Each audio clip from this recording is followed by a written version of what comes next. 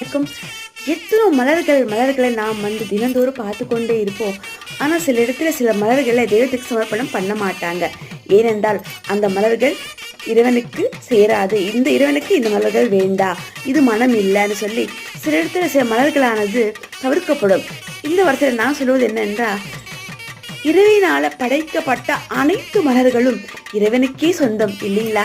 அப்புறம் இந்த மலர்கள் இந்த தெய்வத்துக்கு வேண்டா, இந்த மலர்கள் இந்த தெய்வத்துக்கு வேண்டான்னு சொல்லி நாமே சொல்லணும்? தெய்வத்தால படைக்கப்பட்ட அனைத்து மலர்களும் இறைவனுக்கே சொந்தம் இல்லையா? அந்த வரிசையில் நான் எனக்கு பிடிச்சமான, என் தேவிக்கு பிடிச்சமான இந்த மலர்களானது என்னுடைய அம்பிகை, என் தாயத்துக்கு சமர்ப்பணம்.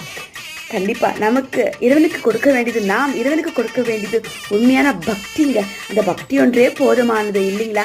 நமக்கு இந்த பூ வேண்டாம், இந்த இது விஷயமும் வேண்டாம் சொல்லி எந்த தெய்வமும் சொல்ல மாட்டாங்க இல்லைங்களா? அப்புறம் உண்மையான மலர்கள் எல்லா தெய்வத்துக்கும் சொந்தம்.